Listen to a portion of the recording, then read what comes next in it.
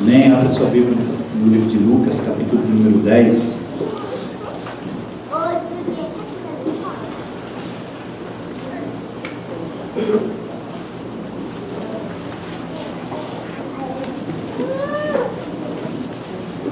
Lucas, capítulo de número 10. Amém? Vocês encontraram? Glória a Deus. Lucas, capítulo 10, a partir do verso de número 25. A famosa parábola do bom samaritano. Você deve conhecer de cor e salteado essa parábola, bem conhecida. Você já deve ter lido ela algumas vezes. E eu quero compartilhar hoje essa parábola. Algum tempo atrás eu preguei, se não me engano, há 2 anos atrás, nesse texto, com base nesse texto. E eu quero compartilhar com outras revelações, eu creio, essa palavra essa noite, para você que já ouviu essa mensagem. Estava falando para a Marcinha, eu não gosto de ficar indo lá e ver pregações que um dia eu já preguei, porque eu vou salvando tudo em pastas no meu computador, tudo datado, do dia que eu preguei, aonde eu preguei, o texto, e eu escrevo tudo, sabe? Assim, ó, estou aqui com quatro aulas, eu escrevo muito, eu gosto de escrever, então assim, fica tudo salvo lá no meu computador, mas de vez em quando eu dou uma vasculhada, né? De vez em quando o Espírito Santo fala alguma coisa e eu vou lá e falo assim, deixa eu ver se eu já não preguei isso.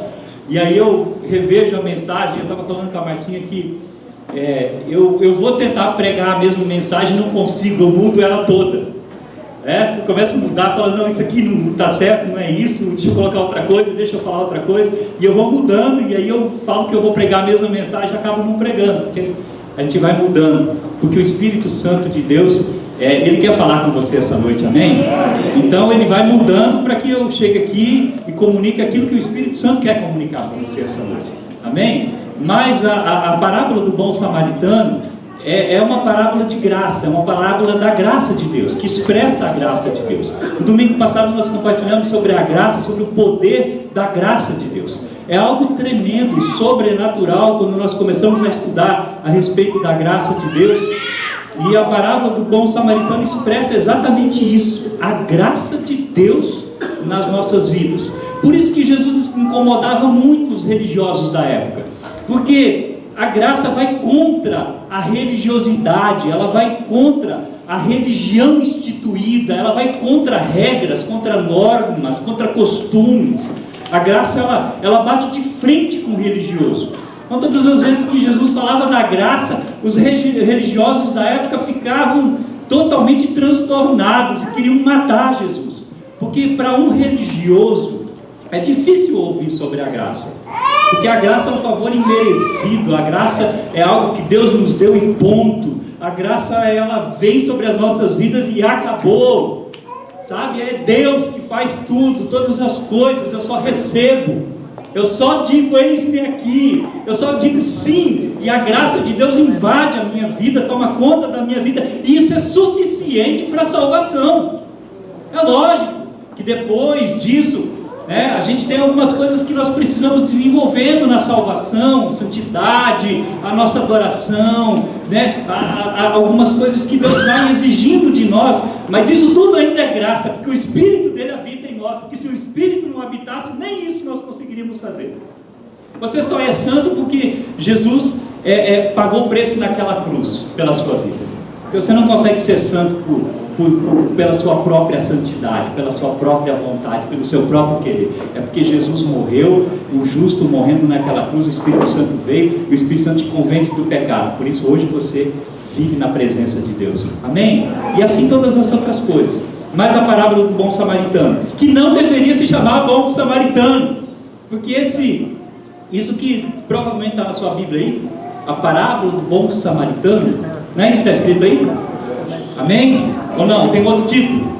Foi colocado por alguém em determinado momento, O tradutor da Bíblia, ele dividiu a Bíblia entre capítulos e versículos, e exegeticamente é dividida de acordo com os temas, quando eles se encerram, começa um novo tema, e aí começou então essa história a respeito de um homem samaritano, que o autor aqui resolveu colocar um título, o bom samaritano. Mas Jesus já falou um dia que chamaram Jesus, falaram assim, bom mestre.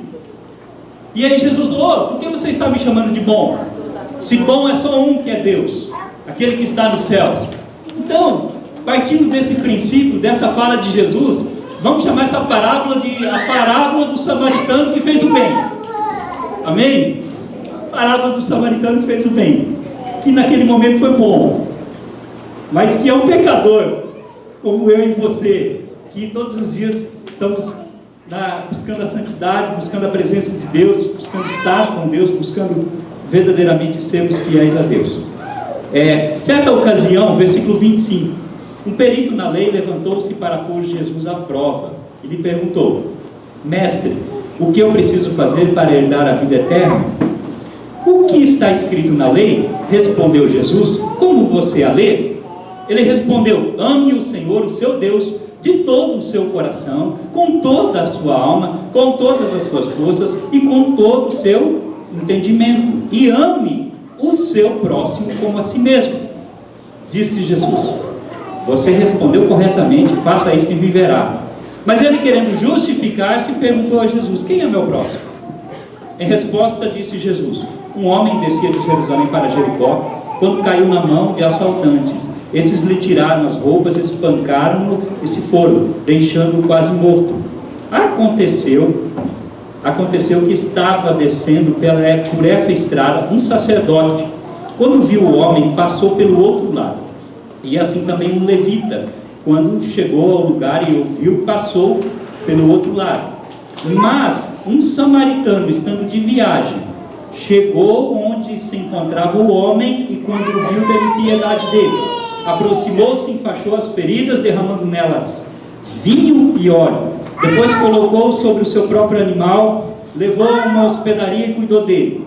No dia seguinte, deu 2 denários ao hospedeiro e disse: cuide dele. Quando você voltar, lhe pagarei todas as despesas que tiver. Qual desses 3 você acha que foi o próximo do homem que caiu nas mãos dos assaltantes? Aquele que teve misericórdia dele, respondeu o perito na lei. Jesus lhe disse: vá e faça o mesmo. Amém? Esse caminho de Jerusalém a Jericó era mais ou menos 28 quilômetros, e era um percurso muito difícil, com montanhas, com caminhos estreitos, com cavernas, e era um caminho que frequentemente pessoas eram assaltadas ali. Frequentemente as pessoas tinham ali os seus bens saqueados por ladrões. Então era um caminho muito difícil. Geralmente quem andava por aquele caminho andava em grupo, andava na companhia de alguém, porque realmente andar sozinho naquele caminho, naquela época, era querer ser assaltado. E é nesse cenário que Jesus conta uma parábola, um cenário existente, um caminho que existia, aonde os levitas passavam, aonde os sacerdotes passavam, aonde caravanas passavam, aonde pessoas, comerciantes passavam. E é nesse contexto que Jesus conta então essa parábola, onde também samaritanos passavam. E Jesus conta então essa parábola a respeito do samaritano que ajudou um homem que estava ali, que tinha sido vítima de um espancamento e tinha sido vítima de um assalto. E por que Jesus usa a figura do samaritano? Porque dentro do contexto da época, o judeu não se dava com os samaritanos, eles não combinavam, era assim um povo hostil, eles viviam em conflito. Aliás, eles vivem em conflito até hoje. A área que pertence a Samaria hoje é a Cisjordânia, que vive em conflito com os judeus, com Israel até hoje. Mas esse conflito começou quando, se não me engano, o filho de Salomão não conseguiu organizar as tribos de Israel, e dividiram-se então as 12 tribos de Israel.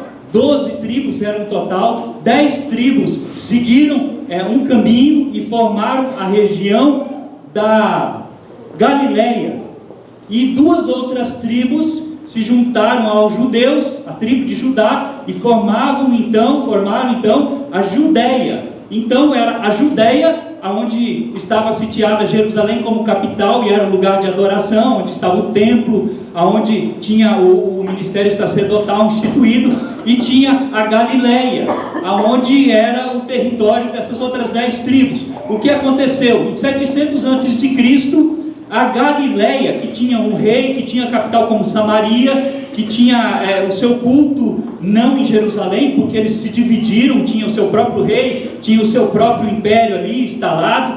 A Galileia sofreu uma invasão da Síria e foram levados como escravos. E a Síria plantou colônias dentro da Galileia, colônia de sírios, que trouxeram costumes pagãos, que trouxeram a idolatria, que trouxeram Baal e outros deuses e se instalaram ali. E esse povo judeu, esse povo galileu, acabou se misturando com aquele povo, aderiu aos costumes deles e acabaram também pegando mulheres e se misturaram. Não foi mais uma raça pura.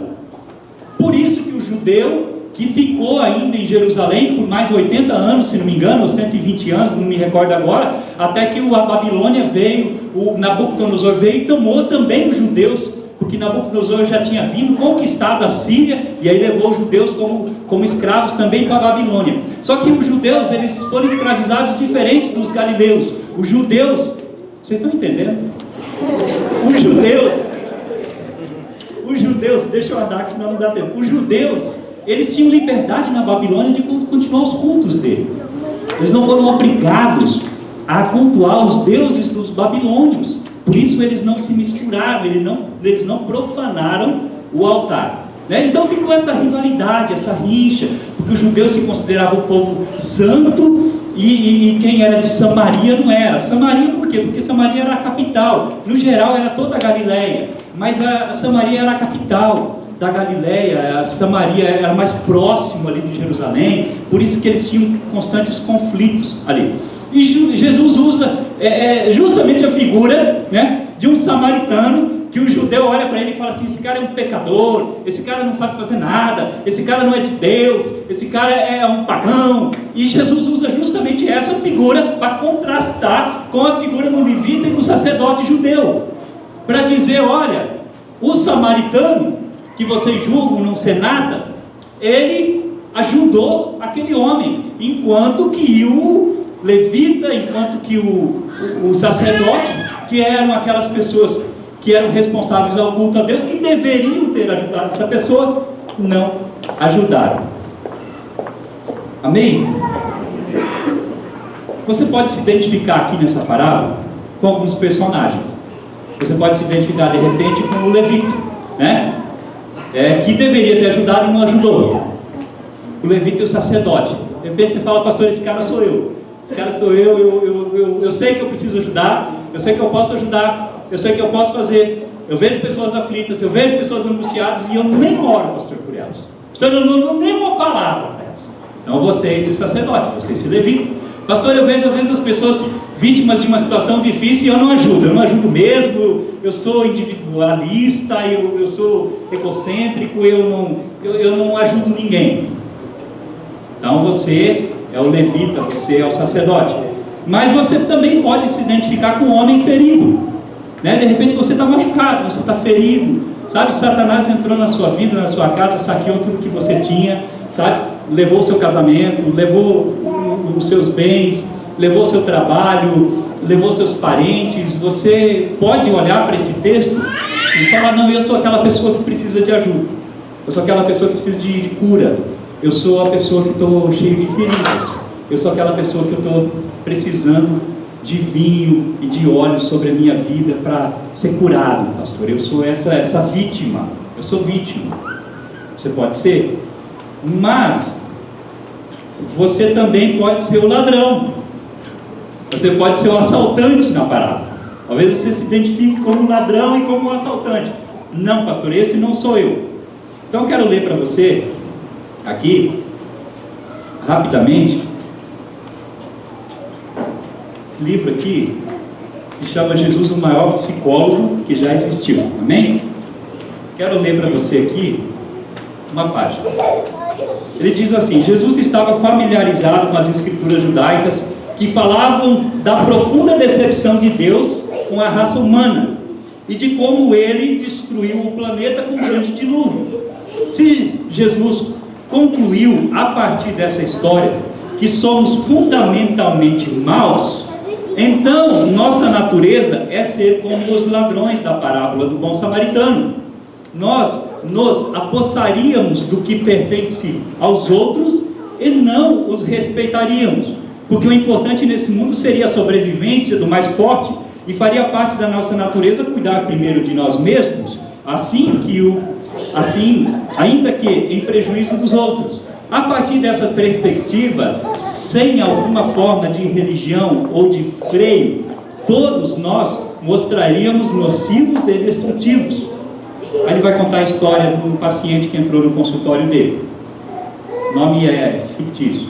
Diz assim: Martin veio fazer terapia porque a sua mulher disse que pediria o divórcio se ele não procurasse ajuda profissional. Ele havia descoberto não apenas que ele estava tendo, ela havia descoberto não apenas que ele estava tendo um caso com outra mulher, como também que o problema dele com as drogas era muito mais grave do que ele deixara transparecer. Martin era frequentemente desonesto com a mulher, e ela estava chegando à conclusão de que nem mesmo conhecia o homem com quem tinha se casado. Ele estava envolvido em uma série de atividades ilegais que escondera da esposa e não queria que um divórcio complicado deixasse exposto. Martin às vezes ficava ansioso, com medo de ser apanhado por causa de suas más ações, mas nunca se sentia culpado por praticá-las. Até onde eu costumava perceber, Martin parecia ser uma pessoa genuinamente má, mesmo que ele não pensasse dessa maneira.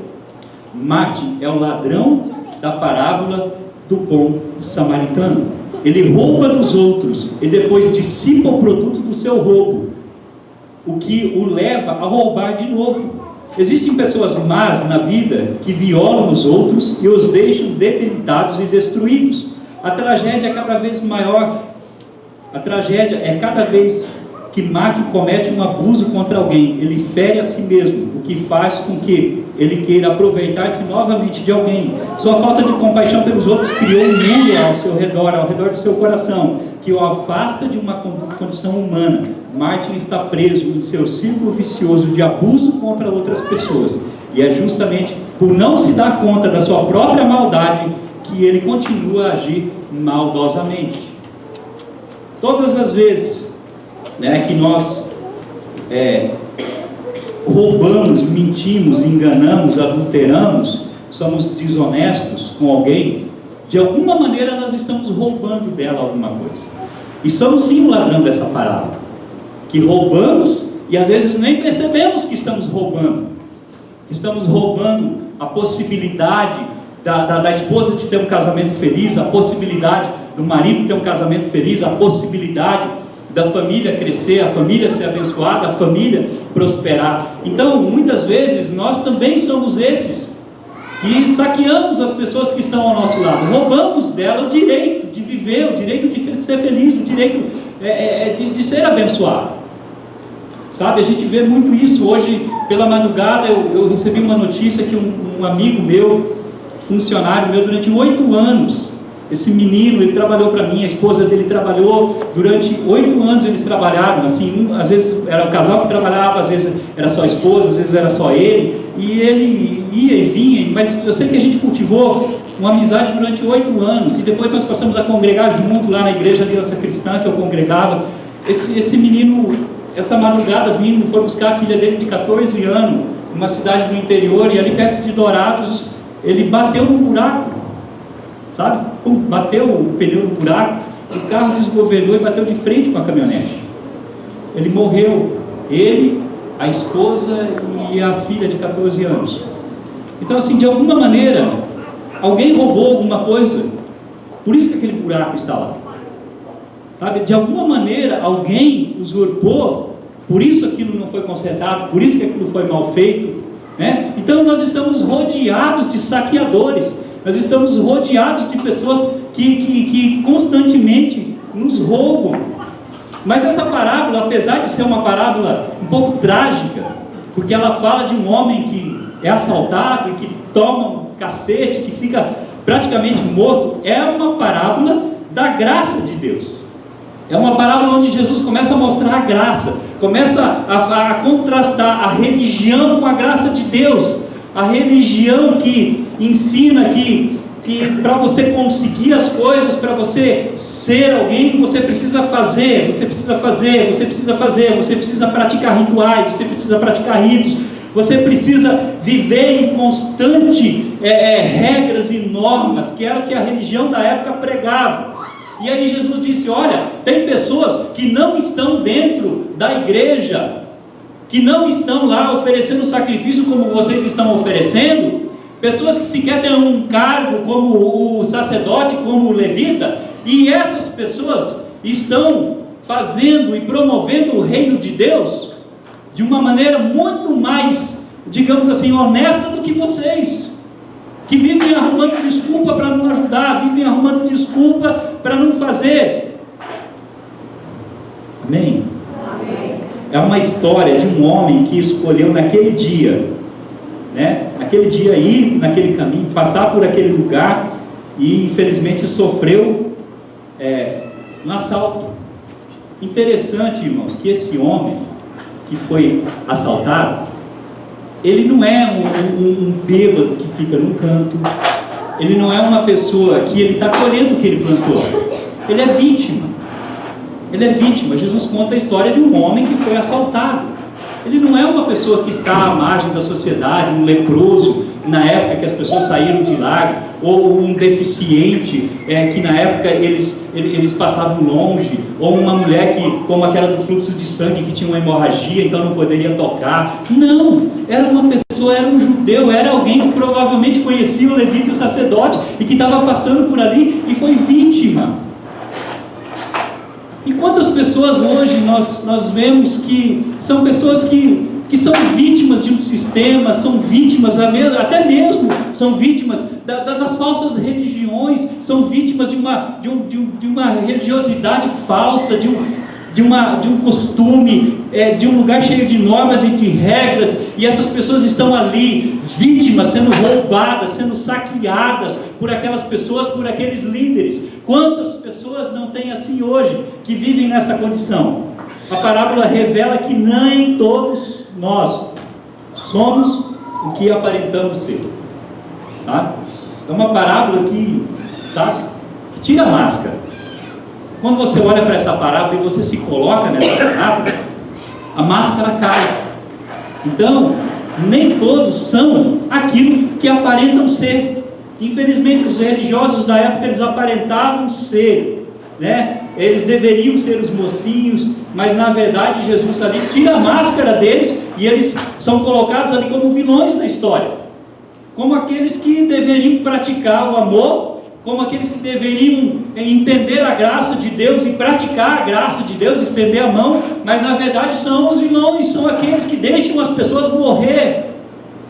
Isso é falta de graça, irmãos. Quando nós não entendemos a graça de Deus, quando nós não entendemos o que Jesus Cristo fez por nós naquela cruz, nós não sentimos compaixão das pessoas, porque nós estamos presos a uma religião, porque nós achamos que simplesmente vir à igreja aos domingos, ou simplesmente cumprir um rito, ou simplesmente ouvir louvor em casa, ou simplesmente ir de vez em quando à igreja, ou simplesmente fazer o bem, ou simplesmente falar assim: não, eu ajudo aqui, aquele ali, e nós achamos que isso é suficiente.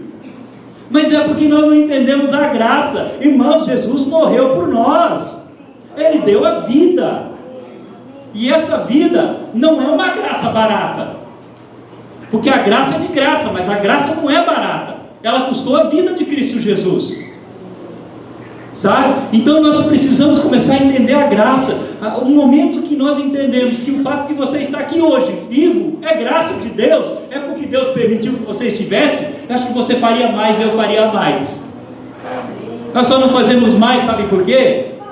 Porque nós achamos que aquilo que nós fazemos é suficiente, porque nós ainda estamos presos naquele conjunto de normas e regras, sabe? Não, eu estou aqui, eu devolvo meu dízimo, eu dou minha oferta, eu ajudo, inclusive na minha conta telefônica ela tem uma doação que todo mês vai para o Criança Esperança, e agora estou ajudando o Teleton também, e nós achamos que isso é suficiente, e aí nós passamos pelo assaltado, pela vítima, e não fazemos nada, porque nós não entendemos como um levita e como um sacerdote ainda a graça de Deus. Nos falta amor quando nós não conseguimos entender a graça de Deus. E nessa parábola, quando a gente lê essa parábola e a gente se coloca no lugar do levita e do sacerdote, você percebe que nós precisamos fazer muito mais. Amém? A parábola ela nos confronta, porque ela ensina algumas verdades que nós às vezes temos dificuldades de ouvir. Os religiosos da época tinham dificuldades de ouvir.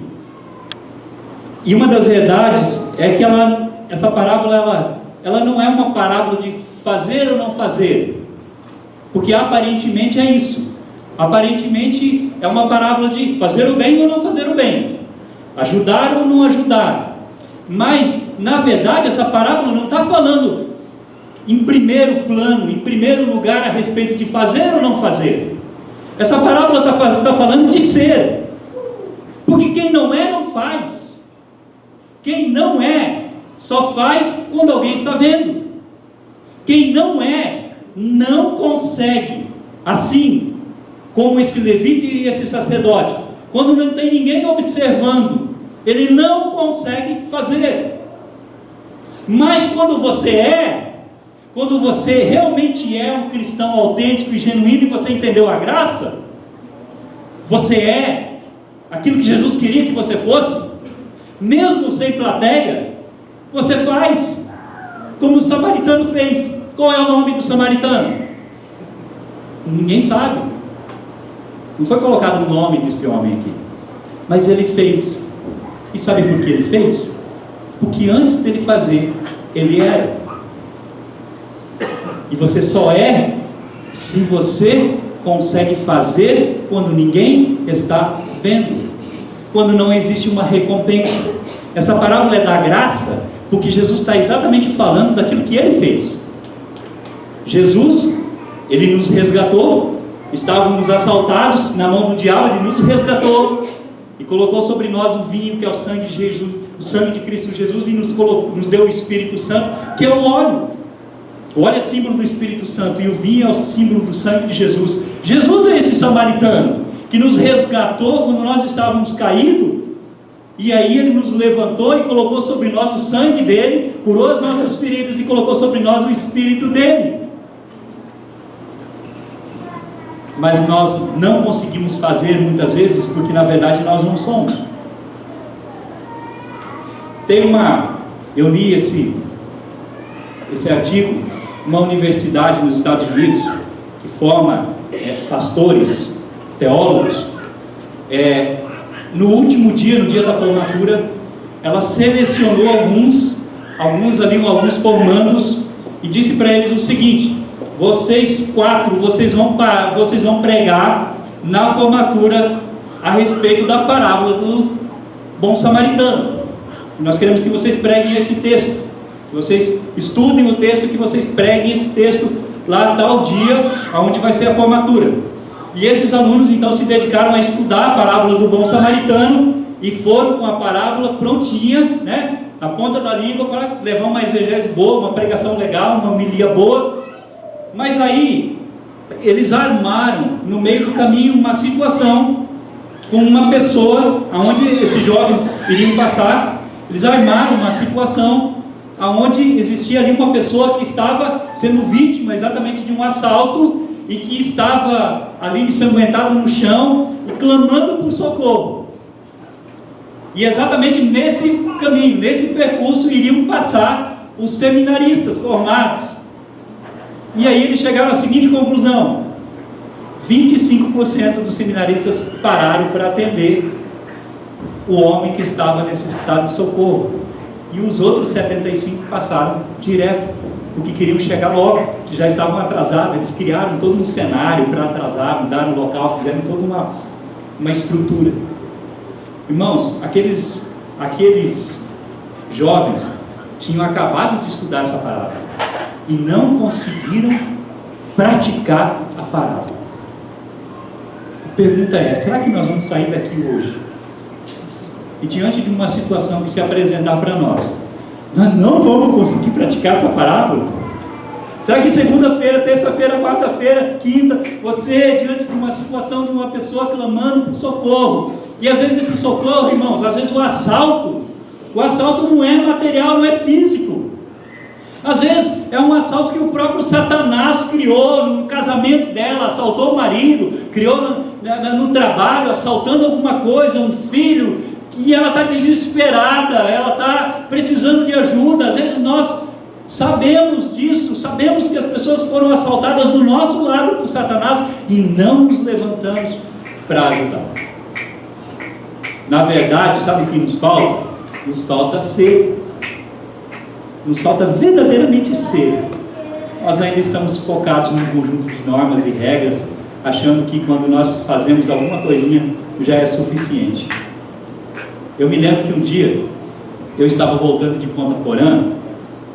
Na verdade, acho que era Antônio João, que a gente fazia um trabalho lá em Antônio João de evangelismo, e eu estava muito tranquilo de manhã, bem cedo, passando ali pela rodovia ali perto de Maracaju, acho que um pouquinho antes, e tinha uma senhora pedindo carona, e era uma senhorinha assim, bem maltrapilha, tinha ali um assentamento ali perto, e eu imaginei que ela deveria ser do assentamento e tal, e eu parei o carro, e ela veio correndo. Isso já era mais ou menos acho que umas 10 da manhã, e aí essa senhora veio correndo e tal, e ela entrou no carro: você pode me levar para tal lugar? Eu falei: pode, posso. E aí eu fui conversando com ela, eu falei: mas não passa ônibus, não tem? Ela falou: não, filho, eu perdi o ônibus aqui, eu vim aqui, estou desde as 6 da manhã, eu perdi o ônibus, e agora não passa outro, e não sei o que. Eu falei: mas a senhora está aqui desde as 6 da manhã, esperando uma carona, ninguém parou. Ela falou: filho, ninguém parou até agora. Eu falei: mas a senhora crê em Deus, a senhora crê em Jesus? Como que é a fé da senhora? Ela falou: não, filho, eu sou pentecostal, eu oro, eu busco Deus. E aí eu falei: mas a senhora não orou para alguém parar para a senhora, para dar uma carona? E a fé que a senhora tem, né? Ela falou: filho, ninguém parou. E aí Deus falou comigo poderosamente: o problema não é falta de oração. O problema é que nós cristãos, nós não ouvimos Deus. Deus está falando para e você não para. Deus está falando faz e você não faz. Deus está falando se levanta e você não se levanta. Deus está falando começa a agir e nós não começamos a agir. E tem gente clamando? Tem. Do seu lado tem gente clamando, só que você não está ouvindo. Nós não estamos ouvindo. Nossos ouvidos estão fechados. Nós não temos mais discernimento a respeito de quem ajudar ou quem não ajudar, sabe? Nós estamos muito insensíveis, e na graça, nós temos que ser, assim, ter um coração completamente sensível à voz do Espírito Santo, porque na graça não é mais um conjunto de normas e regras. Na graça, você ouve Deus e você faz. Você ouve o Espírito falar e você age. Você ouve Deus comunicar o seu Espírito, você fala: sim, Senhor, eu ouvi, vou fazer. Não, toma R$50, que Deus com o meu coração para te ajudar. Amém? É assim, irmãos. Na graça é assim. Na lei não. Na lei é diferente, mas na graça é assim. Ou pelo menos deveria ser assim. Eu já contei para vocês esses dias, Deus deu uma surra na gente aqui, passou um senhor aqui, contando uma história, e aí ele precisava de R$5, porque ele ia receber a aposentadoria dele no final da semana, mas naquele dia ele precisava de R$5, porque se ele não tivesse R$5, ele não ia comer, se ele não fosse comer, ele não ia conseguir não sei o que, e ele não sei o que, ele contou toda uma história. Alguém da igreja deu R$5 para ele, não sei quem, também não sei, essa é a história que ele me contou depois.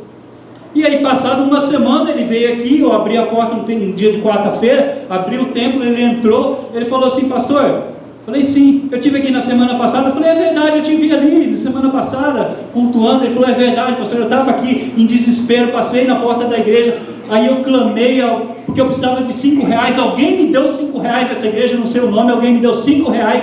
E eu vim aqui porque eu quero ofertar hoje esses R$5 nesse ministério, porque eu sei que esses R$5 vai servir para uma outra pessoa.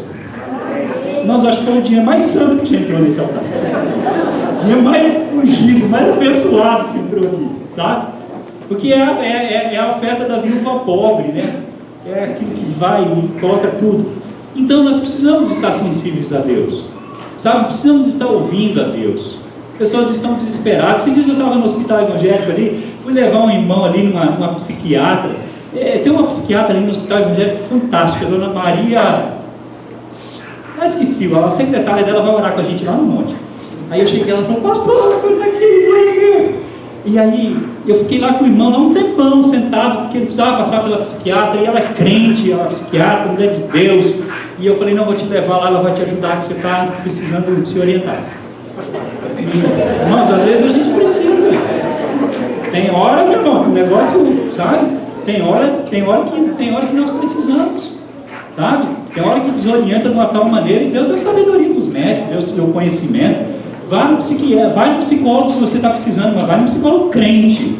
Vai no psiquiatra se você estiver precisando, mas vai no psiquiatra crente. Amém? Tem um monte aí. E aí a dona Maria atendeu ele, benção e tal. E tinha umas 30, 40 pessoas lá no hospital de Saguão. E assim Deus começou a mostrar a miséria das pessoas, sabe? A necessidade das pessoas que estavam lá, sabe? E aí eu falei: eu não posso ficar aqui. Um estava no celular ali, outro conversando ali, outro lá e tal. E aí eu falei: não, eu preciso levantar aqui, dar uma palavra. Eu falei: Deus, me dá uma palavra, me dá uma palavra, me dá uma palavra. E Deus me deu uma palavra. E eu levantei e falei: gente, dá um minuto da atenção. Eu preciso dar uma palavra para vocês. E preguei ali. Eu tenho certeza que isso fez diferença na vida daquelas pessoas. Eu tenho certeza que se eu fosse entrevistar uma por uma ali depois, ela ia falar: pastor, nem pastor, né? Porque eu não me identifico como pastor. Ela falou assim: rapaz, é isso que eu precisava ouvir, ó. Sabe? Eu tenho certeza que foi Deus que mandou dar. Então a questão, irmãos, está em ouvir o Espírito Santo. Na graça, você não vai mais cumprir um rito. Na graça é ouvir o Espírito Santo e praticar. Amém? Na parábola, a diferença entre os três não foi o que eles viram, mas o que a circunstância do momento revelou, quem de fato entendia a lei a partir da graça de Deus. Todos viram a mesma coisa, irmãos. Todos aqui estão ouvindo a mesma palavra. Todos aqui cantaram os mesmos louvores. Todos aqui têm a mesma Bíblia. Mas a diferença não está no que você ouve. A diferença está em como você ouve. A diferença não está em que você vê, no que você vê. Mas a diferença está em como você vê. Entendeu? Você pode passar de largo como o sacerdote e o levita numa situação de alguém clamando, mas simplesmente você não conseguiu perceber, captar isso. E pode passar uma outra pessoa naquele mesmo caminho, que vai enxergar a mesma coisa, mas espiritualmente ele entendeu a graça, ele entendeu o que Jesus fez por ele naquela cruz, e aí ele fala: não, eu preciso fazer alguma coisa. Amém, irmãos? Então, os três viram a mesma coisa. Então a diferença não está, irmão, para onde você está olhando. O problema não está a palavra que você está recebendo. Deixa eu te fazer deixa eu te dar uma palavra. O problema está com você. Não ouvi nem misericórdia. Mas é verdade, irmãos. Pastor, essa palavra não serve porque eu estou... Amém. Nós pregamos aqui, amém? Dá para pregar a palavra certa para todos, mas eu tenho certeza que o Espírito Santo está falando com você. Amém? Então olha só, irmãos, exercer a graça é se envolver com o próximo. Os religiosos, eles cumpriam um rito, mas eles não se envolviam. Eles pegavam o sacrifício e ofereciam ali de forma ritualística. O sacerdote, né? O levita, ele cantava, né, para Deus, ele abria o templo, ele limpava o chão. O levita é aquele que faz todo o trabalho, inclusive o louvor. O sacerdote é aquele que pega a oferta, sacrifica a oferta né? Então a pessoa recebe a absolvição ali do seu pecado. Mas eles não se envolveram. Eles não se envolveram porque eles acharam que aquilo que eles estavam fazendo era suficiente. Deixa eu falar uma coisa para você. O que você está fazendo hoje não é suficiente. É preciso se envolver mais. É preciso se envolver com as pessoas um pouco mais. É preciso, cuidar das feridas das pessoas. É preciso você gastar um pouco mais de tempo. É preciso você parar um pouquinho para ouvir. Para ouvir as pessoas, irmão. Você vai estar fazendo um grande bem para a humanidade já. Você começar a ouvir. E se você não tiver palavras para falar, você diga somente o que a Bíblia diz. Você fala: não, meu irmão, olha, Jesus tem um plano na sua vida, Ele quer mudar a sua vida. Porque isso é suficiente para algumas pessoas se levantarem e falar: não, sou eu preciso. Porque o poder não está em você, isso é graça, nós temos que entender isso. O poder não está em nós mesmos, mas é graça de Deus em nós, é Jesus que opera através da nossa vida. Esse samaritano, ele se envolveu, ele participou da vida dessa pessoa. Ele participou, ele se envolveu, ele se integrou com essa pessoa. Deixa eu falar uma coisa para você, meu irmão. Você tem óleo e vinho sobre a sua vida. Você tem cura na sua vida, cura para a vida de pessoas. Jesus Cristo já morreu e Ele já ressuscitou, e o Espírito Santo já veio sobre a sua vida, e você tem tudo o que você precisa para fazer a obra de Deus. Amém? E eu vou terminar a pregação porque eu pulei uma folha, ela ficou no meio do caminho, mas eu falei algumas coisas dela porque eu sabia que ela estava ali. Irmão, irmã, o que eu tinha para falar para você essa noite eu já falei. Chamar o Ministério de Louvor. Existe óleo e existe vinho nas suas mãos, para que você possa ser o samaritano das pessoas que precisam. Tudo aquilo que você necessita já está na sua vida, já está com você. Pastor, mas eu ainda sou aquele que precisa de cura. Enquanto você está sendo curado, começa a ser cura na vida de outras pessoas. Amém. Enquanto você está sendo restaurado, começa a ser um restaurador de vidas. Eu tenho certeza que algo você já pode fazer hoje pela vida de alguém. Não seja omisso, não passe de largo. Comece a entender a graça de Deus e perceber o que Jesus Cristo já fez pela sua vida. Só que você precisa entender uma coisa: isso vai te custar algo. Porque a graça, ela é de graça, mas ela custa alguma coisa.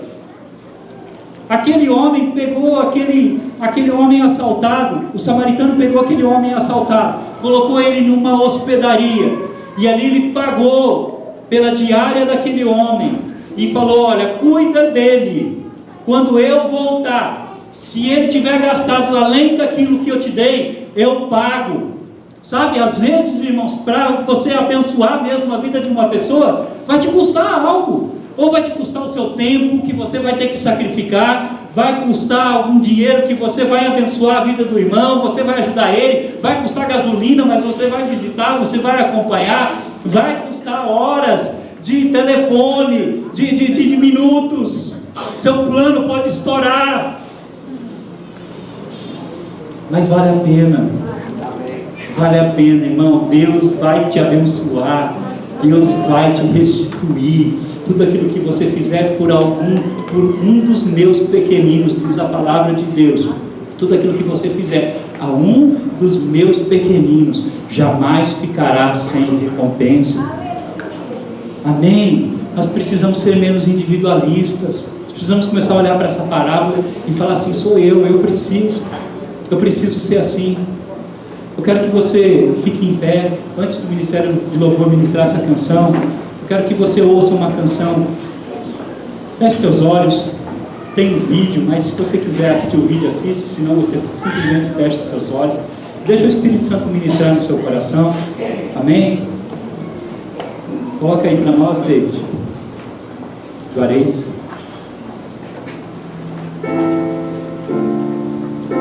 Faça uma coisa. coisa para mim. Pega na mão do teu irmão, segura firme. Pega. Olha para mim, cara. Deixa eu compor um hino para você. Não sei a forma que você chegou aqui.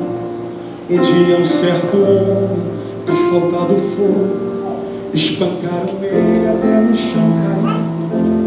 E enquanto ele sangrava, um cidadão passou. Era um sacerdote e fingiu que não viu. Estava com pressa, tinha prioridade, mas faltava amor, essa é a verdade. No mesmo lugar vai passar um levita.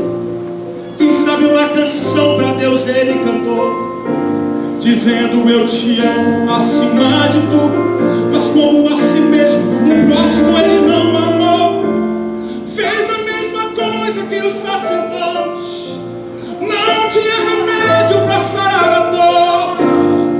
Com as mãos vazias ele prosseguiu, e alguém caído pelo chão continuou.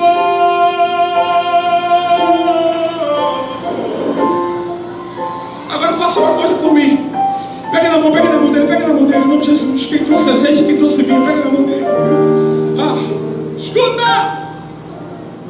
E no mesmo lugar o bom samaritano vem. Não sei o nome da sua religião, não sei como ele cantava, se muito bem orava. Só sei que ocupadas estavam suas mãos. Dentro dele havia muita compaixão. Quebrando o protocolo, se aproximou do homem ferido. Ele foi até o chão. Ei, cita ele aí tocando em suas mãos. Derramou azeite e vinho em suas feridas, estancou teu sangue e te levantou. Fez da sua vida a essência dele, o bom samaritano que você cuidou. Ele não olhou para sua aparência, nem o que você tinha para oferecer. Não importa se existe alguém aqui caído, o bom samaritano vai aparecer. Você é o espelho que reflete nada. Levanta a mão dele lá em cima, mano.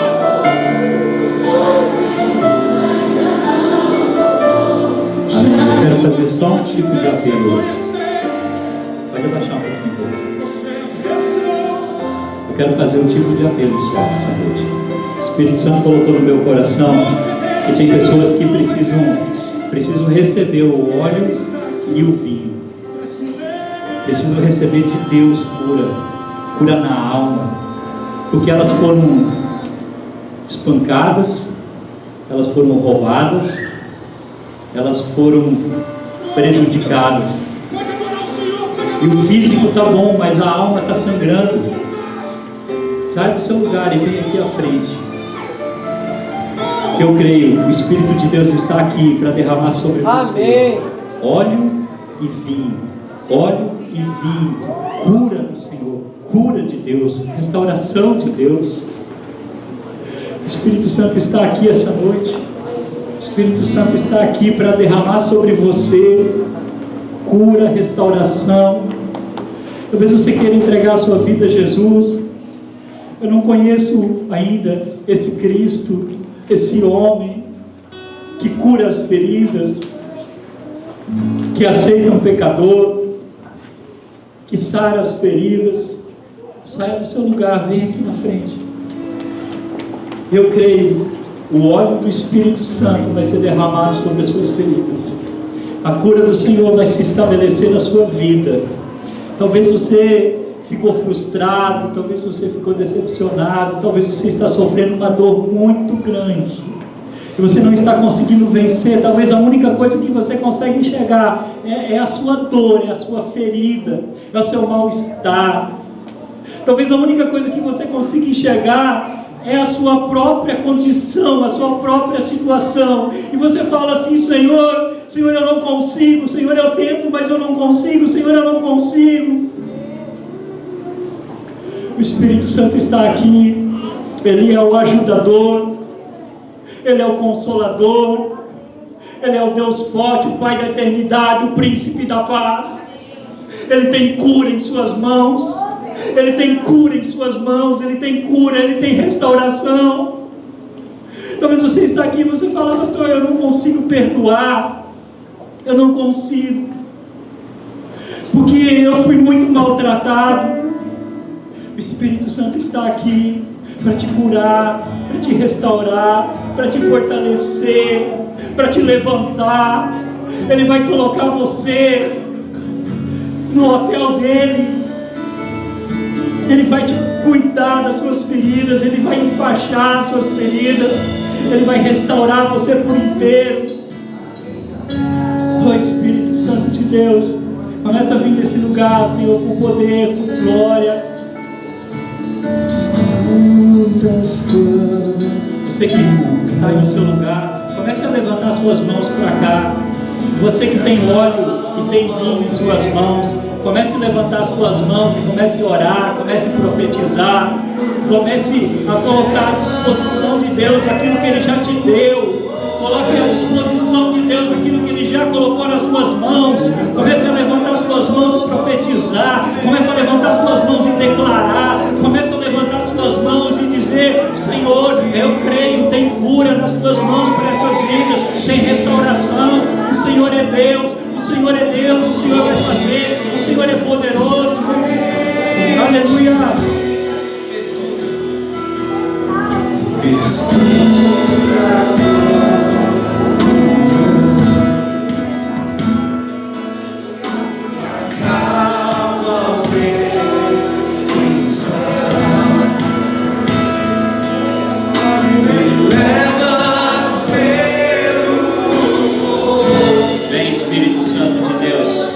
Enche esse lugar, Senhor. Começa a curar, Senhor. Começa a curar. Aqui no altar estão pessoas, Senhor. Tem pessoas que estão clamando, estão dizendo: Senhor, vem sobre a minha vida, vem sobre a minha vida. Traz cura, traz restauração, traz vida, e restaura, e levanta, e cura, e coloca em pé.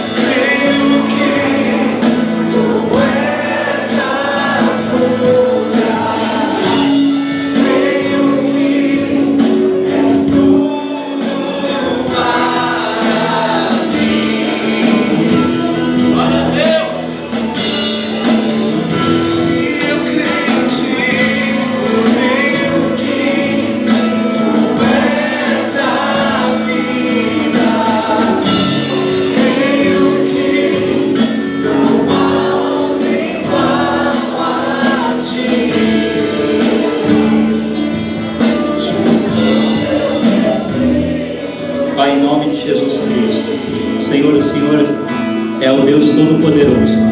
O Senhor é o Deus Criador do céu e da terra. O Senhor é o Deus que conhece cada área da nossa vida. O Senhor sabe aonde está, Senhor, aquela área da vida desses irmãos, dessas irmãs, o Senhor, que foram assaltados. O Senhor sabe a área, Senhor, em que eles estão machucados. O Senhor sabe, Senhor, a área que eles precisam de cura. O Senhor sabe a área que eles precisam de restauração. O Senhor sabe do que eles precisam, se eles precisam de óleo, ó Senhor, se eles precisam uma unção poderosa do Espírito sobre a vida deles para vencer, Senhor. Mas o Senhor também sabe, Senhor, se eles precisam de perdão de pecado, se eles precisam, Senhor, do Teu sangue, Jesus, sobre a vida deles, do vinho, Senhor, sobre a vida deles. O Senhor sabe, o Senhor conhece, o Senhor é um Deus que perdoa pecado, e o Senhor é um Deus que nos dá o Espírito Santo, que nos fortalece, que nos leva além, que nos dá força para perseverar. Então, em nome de Jesus, vem sobre a vida desses irmãos. Começa, Senhor, a operar milagres na vida deles. Começa a operar o sobrenatural na vida deles. Começa a curar as feridas, os traumas, os complexos, as dores. Começa a vir, Senhor, com Teu sangue, Jesus, e perdoar, Senhor, o pecado dessa irmã, desse irmão, Senhor. Começa, Senhor, a restaurar tudo. Começa a fazer tudo novo. Começa a mudar, Senhor, ó Senhor, a sorte, Senhor, a vida, Senhor. Começa a mudar, Senhor, a vida deles, Pai. Em nome de Jesus, arranca, Espírito de Deus, arranca, Espírito Santo de Deus, a dor, arranca o sofrimento, arranca a angústia, arranca a tristeza. Oh, Espírito de Deus, começa a arrancar, Senhor, arrancar, Senhor, a tua presença, começa a colocar o teu óleo, a tua vida, Jesus. Aleluia.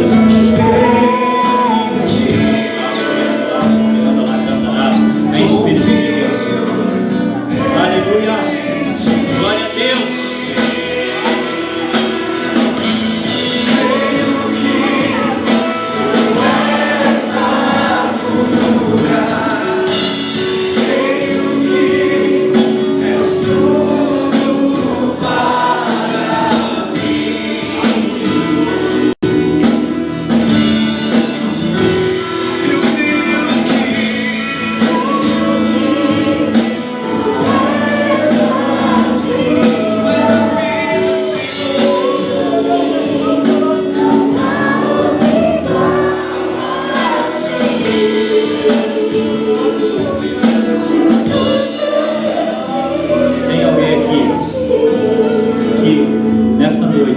Entregar sua vida a Jesus. Talvez você nunca tenha feito uma oração dizendo: Senhor Jesus, nas tuas mãos eu entrego a minha vida, eu creio que o Senhor é o Salvador, eu creio que o Senhor é o Filho de Deus. Se você nunca fez essa oração, se você nessa noite quer se reconciliar com Deus, quero te convidar a fazer essa oração. Amém? Tem alguém aqui que quer fazer essa oração essa noite? Tem alguém aqui que nunca entregou a vida para Jesus, nunca disse sim para Jesus, nunca fez uma oração de confissão, confessando que Jesus é Senhor e Salvador? Erga a sua mão assim. Quero orar por você. Tem alguém? Amém? Não? Amém. Glória a Deus. Então faça essa declaração comigo. Fala assim: Senhor Jesus, eu creio que o teu óleo está sobre a minha vida. Eu creio que pelas tuas pisaduras, pelas tuas feridas, pelo teu sangue, eu fui curado, eu fui perdoado. Eu creio que o teu sangue me libertou e me perdoou de todo pecado. Eu creio que sou um chamado para restaurar vidas. Amém? Glória a Deus, uma salva de palmas para Jesus.